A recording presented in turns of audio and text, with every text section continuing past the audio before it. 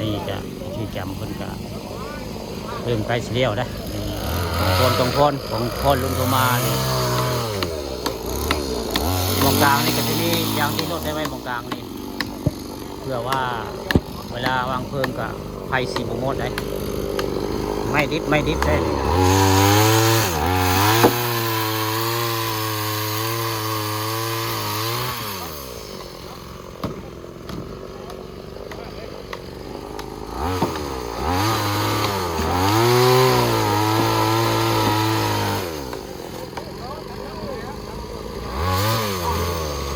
กองพลเจ้าเห็ดทักได้กองพลที่วางเพลิงของลุงโทมานะมันบ่ายโมงวันที่16มัน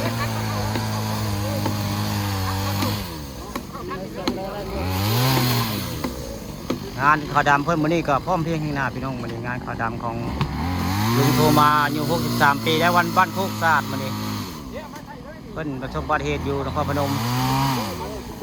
ค่ะก่อนคำประชมของคนบ้านโคกศาสตร์นี่ละมาเผยแพร่ศาสนาพุทธโพธิสารบ้านเฮาอันเมนชั่วคราวแหละอันเมนชั่วคราวไม่มีการเฮือนเพื่อนนะเอาเฮือนผู้วายชนจะมาวางเพลิงอันเฮือนลุงโทมาได้ไม่เนี่ยไม่ได้มาของอื่นเลยแต่ว่าข้าเจ้ามีเครื่องยนต์ได้ทันสมัยไว้ง่ายทันสมัยได้รวดเร็วไว้ง่ายนี่เมนชั่วคราวนี่มาตรฐาน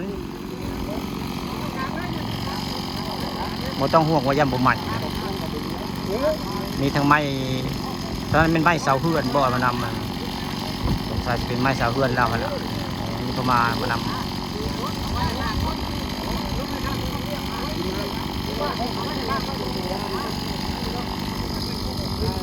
พร้อมเพียงข้างหน้าได้มื้อนี้งานขาวดำของลุงโทมากำหนดการกะวันที่16มื้อนี้ละที่16มื้อนี้ละก็หลายมื้อได้เป็นตัวหลายวันแล้วเหมือนกัน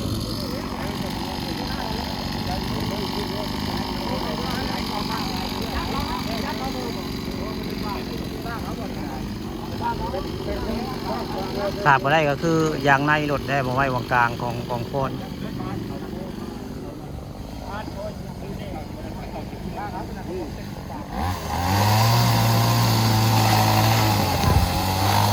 เวลาบ่ายโมงสิเพื่อนสังคารมาจากบ้านโคกศาสตร์มาได้